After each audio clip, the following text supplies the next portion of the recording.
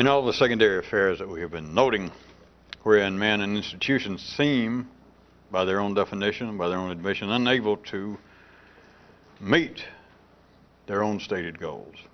And yet, as we were pointing out, they succeed so long as they can talk about it.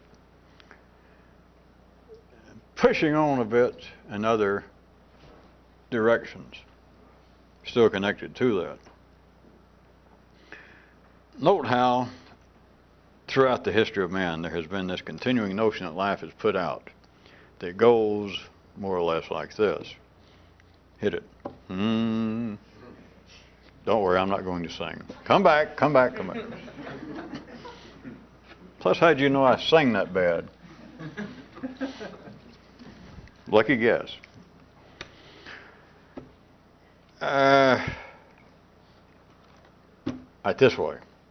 It sort of wraps up a historical view, a notion that has continued to run through the secondary mind of man, the mind that speaks, those hormones that talk and make modern man walk.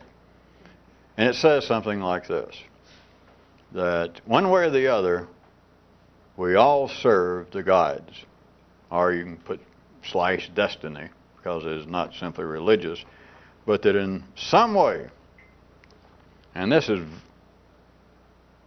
beyond what you might find in books in the area of philosophy or religion, this is within the mainstream of middle life's wiring system that you can get ordinary people, if you present it to them just pretty straightforwardly, that they would admit to this. Is what I want you to hear, is not to either attack or support some ancient philosophical theory, but there is this feeling that is already the basis of energy in the human nervous system that you can get people if you present it fairly straightforward, if you try to be objective and say, do you ever get the feeling as widespread, as diverse as would seem to be the behavior and beliefs and feelings of humanity? Yeah. Do you still get the idea that even people that seem to be operating in diametrically opposed stadiums and playing fields, that in some way we're all part of some kind of great drama, some kind of great festival, some kind of great plan, so that we all, in one way or the other, are actually serving the gods? You'll get people's nervous system to go, yeah. You can't go much further with an ordinary mind, because the ordinary mind being based upon polarized energy in this three-dimensional closet, you're faced with the fact that everything that you are wired up at the ordinary level to believe, to think that is true, proper, and decent, has its opposite somewhere, or else you could not think it. It would have nothing to push against. It would have nowhere to stand, and so whatever you believed to be the proper way to live, you would know the proper way to behave. You would know, without any, it takes no education, no sophistication, to know that there are people who operate, behave, believe, speak otherwise. That is not our sort of folks, whoever you are. So you would know that. You understand? So they couldn't go much further, and yet you can get people's nervous system to almost go, if you say in some way, just trust me, in some way, we're all going to serve destiny. And you can get people to go, kind of barroom philosophy. They go, yeah. And they are on the right track. They're just at the edge of something. But as I said, they cannot verbally go any further with it because it is self-denying. It's all polarized reality is. That they have to say, well, wait a minute, we're all serving reality, but now I'm trying to do good. I'm not perfect, but I'm trying to do good. And I believe in whatever they say. I'm an Episcopalian Democrat, I'm a Jewish Republican, I'm a liberal Reformed Buddhist. But whatever you are, there are people who are anti that. And so there've got to be people that if the ordinary mind took it one step further would go, well, we all serve destiny, like you said, in some way. But, that is fairly speculative, because how are we going to explain people who do real naughty things? What I wanted you to try and get a glimpse of is this feeling that in some way, that we all, one way or the other, are going to serve the gods, fate, destiny.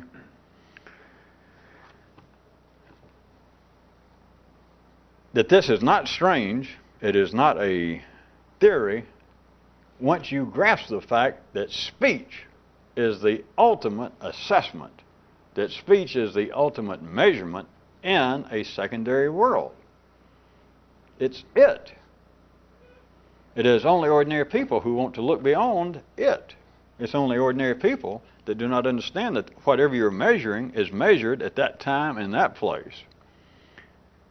And part of the measurement will be later. It can be a second later, but then it's after the fact. It is no longer a contemporaneous existence. But a second after the fact, there'll be people who say, wait a minute, that measurement was wrong. And that is now part of the ultimate assessment. It is part of the three-dimensional measurement. Not right or wrong anymore, not correct or incorrect. Half of them will say it's incorrect later. Half of them will say, no, no, no. It had to be correct or our forefathers wouldn't have done it 2 minutes ago, 2,000 years ago. But once you understand that speech, but you've got to look at the way we've been talking about, not that kind of speech, not good Christian speech, Albanian speech, Jewish speech, male speech. No, no, no. Speech. That speech is the ultimate assessment. Well, wait a minute. That sounds all right, but exactly what is the content? What speech are you talking about? Well, you deaf? I said speech. You ignorant. Boy, don't make me mad. But see, the ordinary mind would say, well, wait a minute. Speech could be important. It could be a real direct measurement. But now what kind of speech are we talking about here? Give me a break. Speech. Speech itself is the ultimate assessment. It is only the ordinary that then must go, wait a minute. See, the meal is laid out, coming from a 5-dimensional kitchen. For those of you who are getting better, it's actually 6. But from a 5-dimensional kitchen, but once it's laid down, it turns into black and white. It turns into sweet and sour. And people say, wait a minute, hand me some of that. But no, you keep that down at that end of the table. And you try to tell them, wait a minute, this whole thing fits into a large meal. Well, that may be, but the rest of these people are idiots. They're going to poison themselves. That part of these thoughts are not kosher down there. I see them. No, none for me. The ultimate assessment is the meal, not the particulars, not the salad, not any of the hors d'oeuvres. And don't any of you people who took French write me and tell me that I made another verbal fox pass, because I'm sick of getting those cheap letters.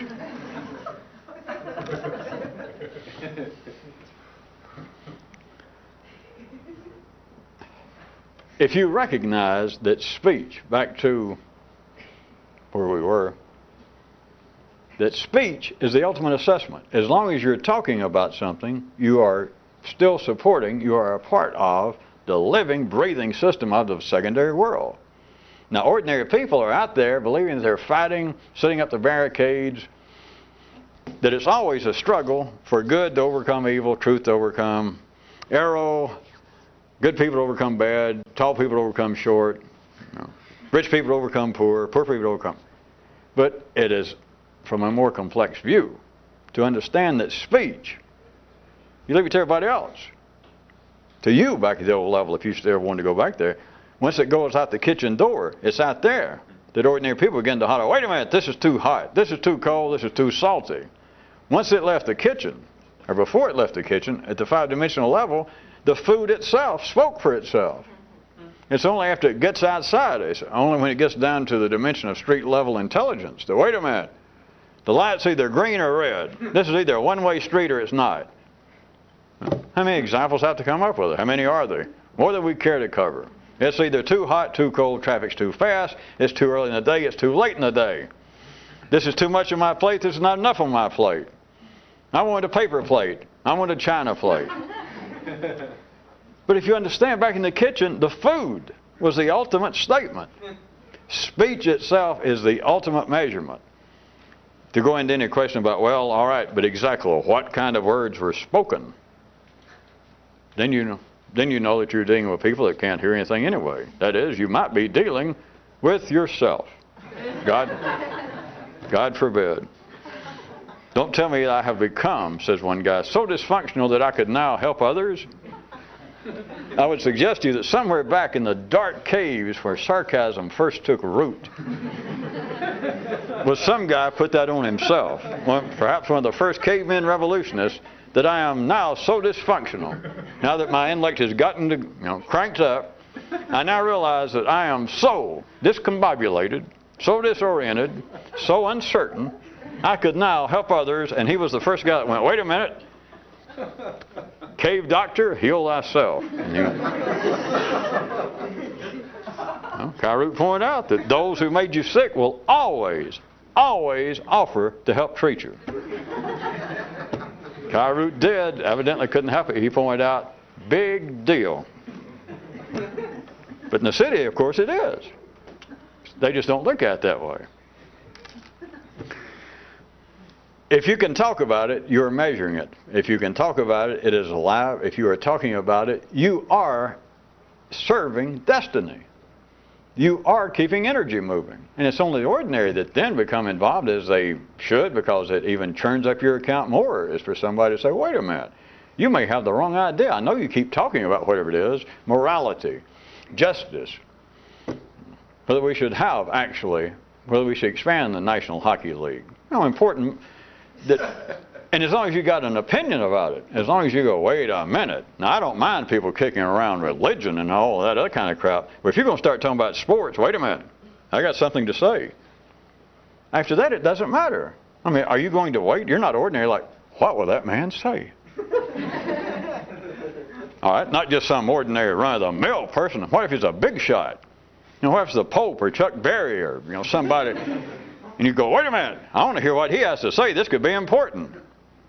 What do you know, what kind of cliffhanger is it? He's either going to say, yes, it's too hot or it's too cold. Did you hear that? Did you hear that? David Hockney himself decided that that red is too bright. I heard it here in person. Well, what did you expect to hear? What's going to be the choice? Yeah, but we're not fooling around with ordinary people. We're not talking about my brother Lamar. We're talking about somebody important. This guy is the head of a temple in Cleveland. This man is an alderman.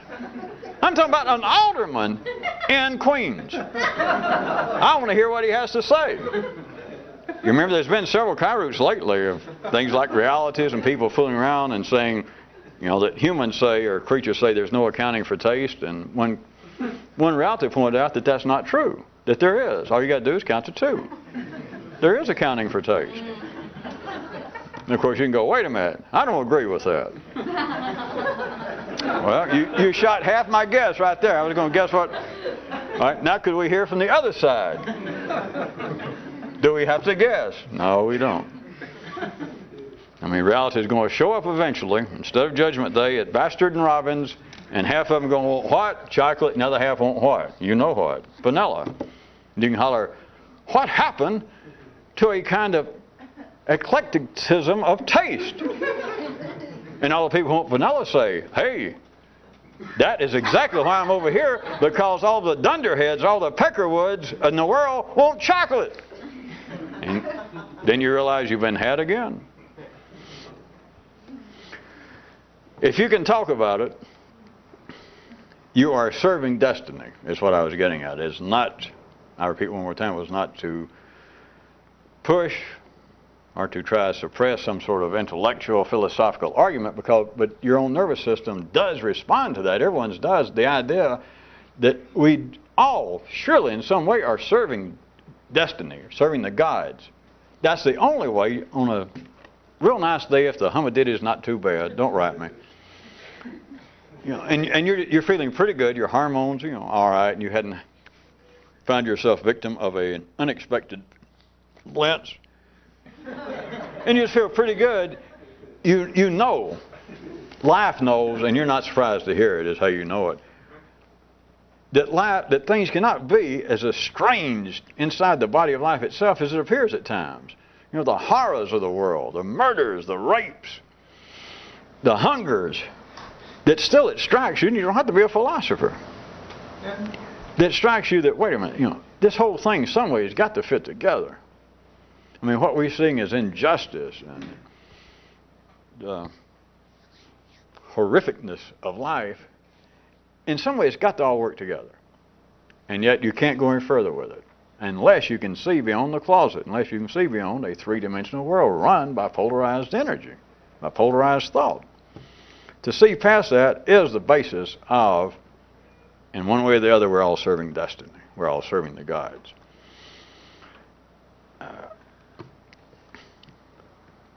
When you see talk as the ultimate assessment, the ultimate measurement, you could say to yourself, well, there you are. Because there it always is. That is talk. Don't look over there, I'm pointing at something. But once you see that the secondary world always comes down to talk, then no matter what the question is, the answer is always the same. It's what that sorehead, if you recall a few nights ago in the Kyroots, seemed to be somewhat miffed about. But it's always the same. It's always that. It's always the ultimate measurement of talk. And I should be able to go boom to a subversive mind. Of course, everybody else, the ordinary minds, go, well, wait a minute. And as soon as you say, wait a minute, all it is you got your finger in one side of the socket. You go, no, wait a minute. No, wait a minute. Because as long as you're saying, wait a minute, you have a weighted, wait a minute.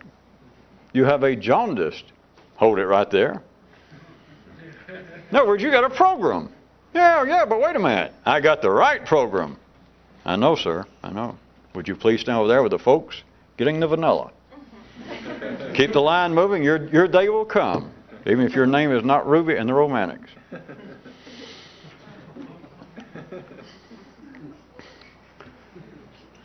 There is a quite practical matter that we may be getting long, if not in the tooth, in the clock to start hitting on, but I've been trying to get to it, and I know everyone's been itching for a very practical tie-in. And it has to do with this, that it is virtually impossible for men to directly look after their own individual self-interest. As unrelated as that might sound to some of you at first, you'd be surprised how long we've been riding around the edges of the realm and the canyon, trying to distract all the Indians and the cowboys to get here.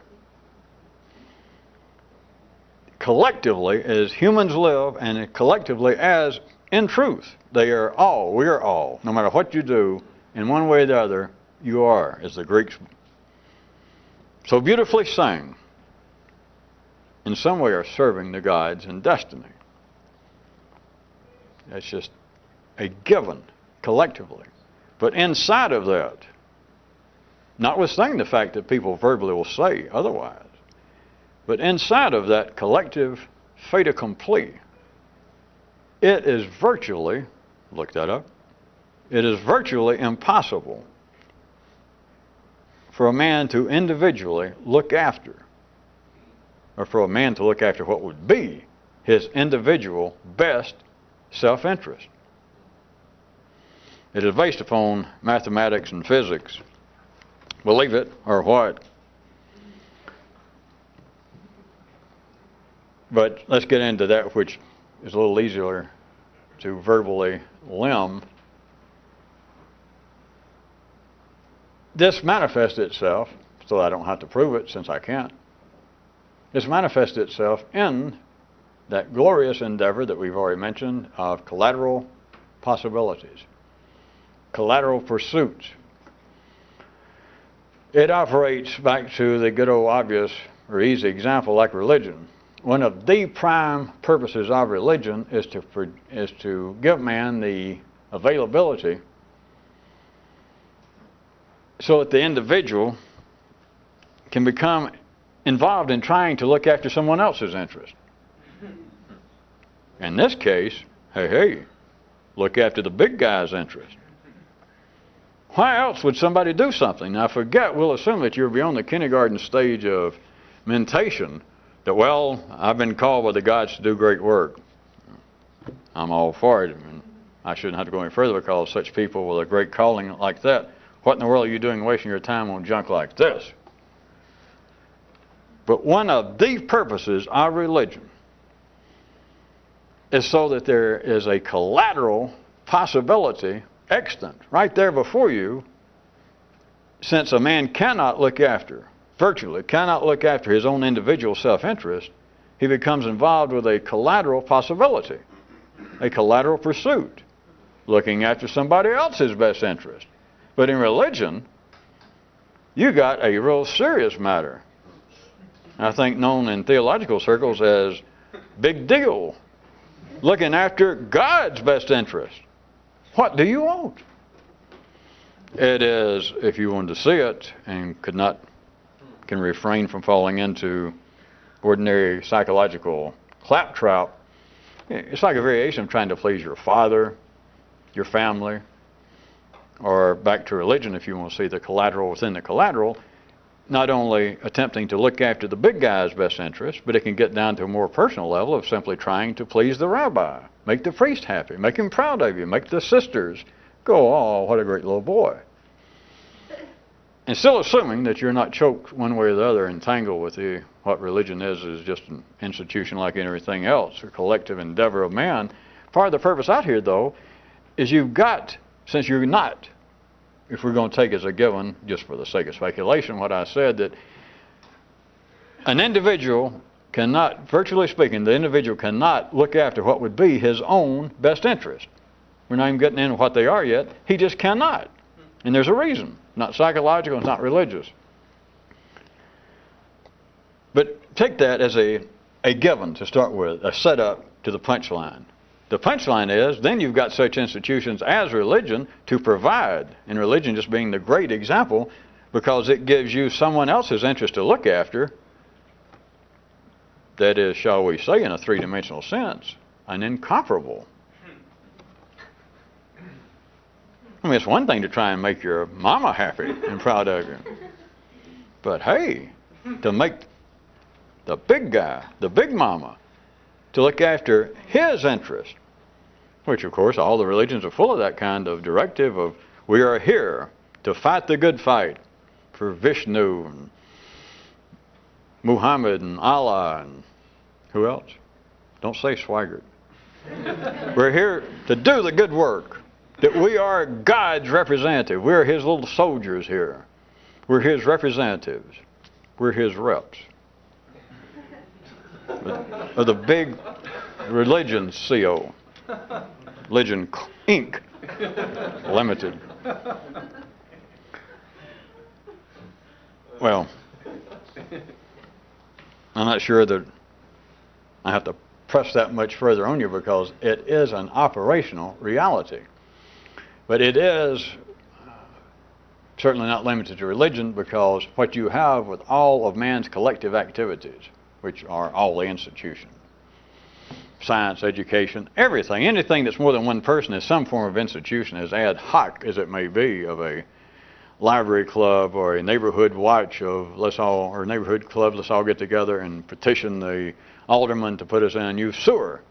Anything that is not an individual is a collective activity, and to some degree as temporal, as ephemeral as it may be, is an institution if it's collective.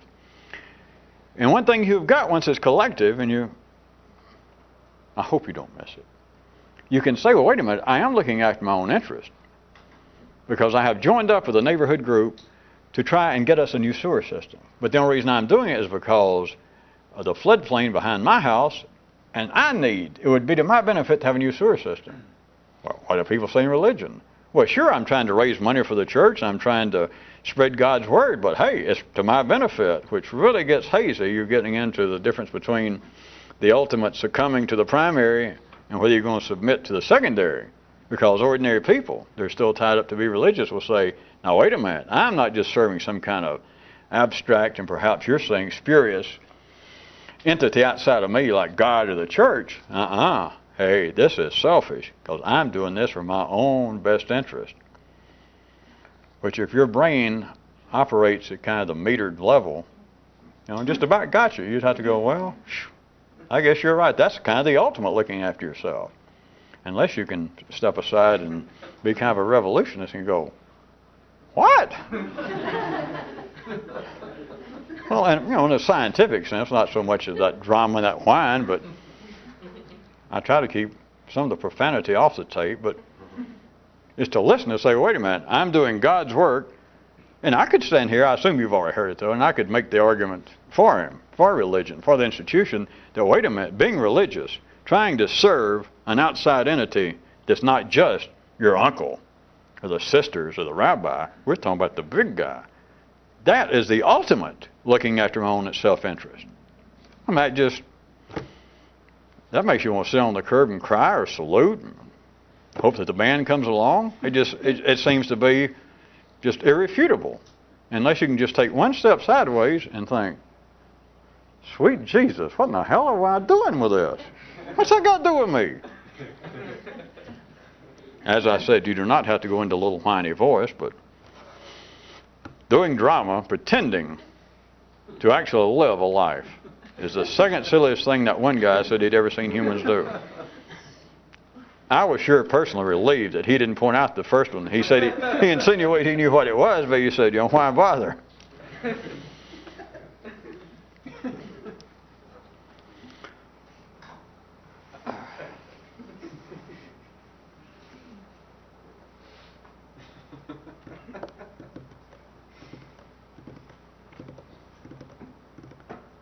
If you recall something else we were mentioning,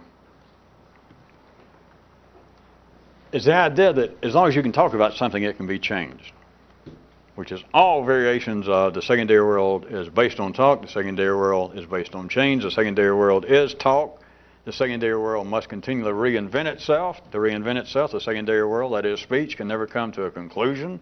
There cannot be a real period to a sentence.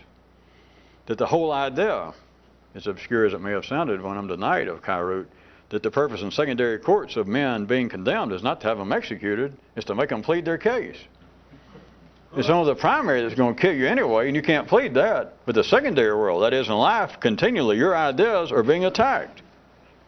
You're being condemned. People are saying, and you do it to yourself, because you got the secondary courts inside of you are saying, wait a minute, I used to think so-and-so. God, am I an idiot? Who are you talking to? Who do you think I'm talking to? To be condemned, to have your ideas condemned, is not so that you'll be executed. That only happens in the primary world. The point in the secondary courts of having your ideas condemned is for one thing. They're not going to kill you. It's so that you'll whine and squeal. It's so that you'll say, wait a minute. I've got a word to say for truth, for justice. That's the whole point. Why else do the chocolate eaters attack the vanilla eaters? Now, they might say in a weak moment when they're stuffed and full of butterfat that, well, I've about had it with those goddamn vanilla eaters. Next thing you know, they'll be trying to bring sheep out here on the range and just, God knows what. Sing shape note hymns or some, start using fake wine in their ceremonies. But if you ask them, what's your real complaint against the vanilla eaters? What is it?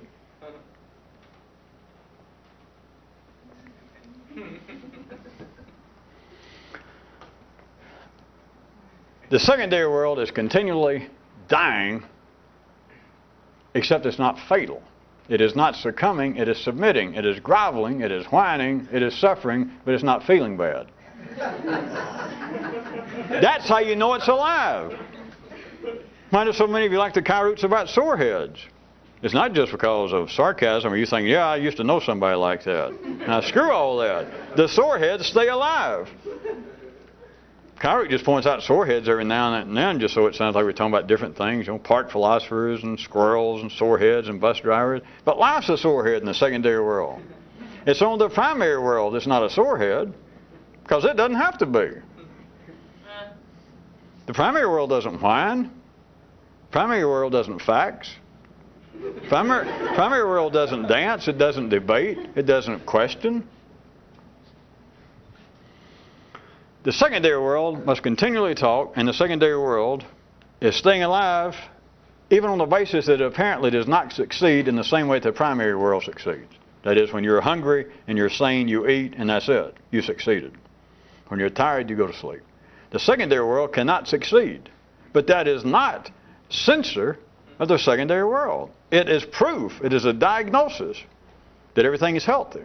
But it's always on the basis, well, certainly we didn't succeed today. We all admit that. All of us psychiatrists, all of us economists, all of us priests, rabbis, teachers, forecasters, meteorologists, used car salesmen. No, we didn't succeed today, but hey, I'm here fighting the fight because. All right, try it again. Maybe my voice improved. Success is just around the corner. Just over the hill, tomorrow we'll be successful. That is success. It's only part of it. Let's say that was the vanilla eaters that did that. It would only be the chocolate lovers that go, what kind of crap is that? They can't succeed until they keep saying, oh, I'll do better tomorrow. Or, of course, if you are prone to the other side, just reverse the situation, and you've got the what? The same situation reversed. Don't you remember the man that our representative on the news portion of the Kyroots that was on the other side of the world, and they sent back that things over there seem to be more or less the way they are over there, except seen from the opposite direction. Now back to you, Bill, in the studio. There is a gulf between us chocolate lovers and us vanilla lovers that can never be, a chasm that can never be crossed unless I step over there. Back to you, Bill.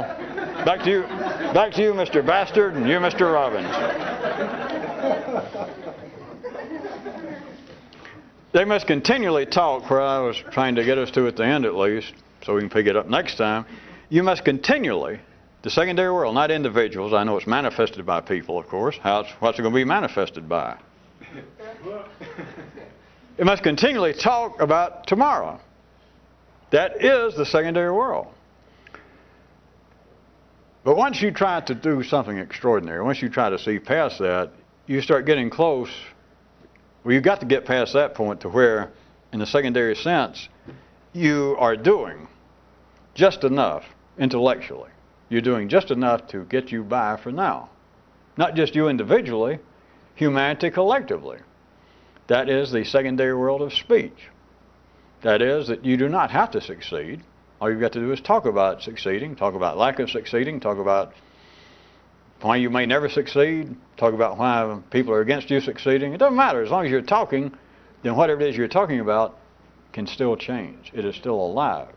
But it's always on the basis of just around the corner, on the basis of tomorrow. If you're going to attempt to, as Kyroots put it once tonight, the revolutionist life is actually, the true one, is only contemporaneously, which is the basis, as we mentioned once or twice before, of all these metaphysical, occult and ideas that there's some kind of strange now that people can't get into. Those that talk about it can't get into it. That's why they're talking about it, which, it's no offense, because you got to understand, we just point out they're succeeding. Yes, but I'm not there yet. Yeah, but you're thinking about it. You know you're not there, right? Good going. May I congratulate you.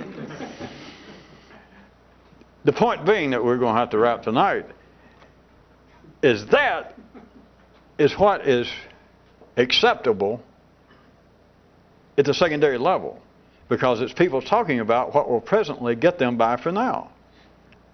And what will get you by for now, it doesn't matter what the content is of you talking, so long as you're talking. That's the point. That will get you by. But the talk is always somewhere about tomorrow. And to do this kind of stuff, that won't, shall we say, quite do it. That will do everything else. It will keep you alive until you die. It will make you either eat chocolate or vanilla, and it'll make you too hot or too cold. It'll make you an old sore head, or it'll make you the kind of people that cannot stand people that continually carp, whimper, and complain.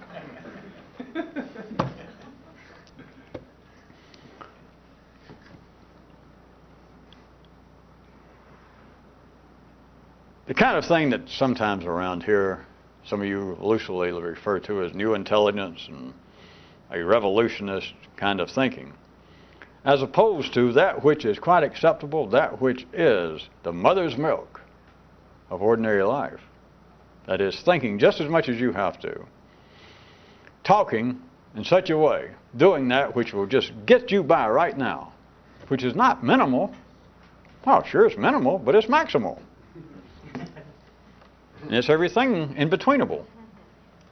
As opposed to that, the revolutionists would be closer to a kind of thinking in real time, which we will, how's this for ordinary sounding stuff like this, which we will have to pick up next time, since we have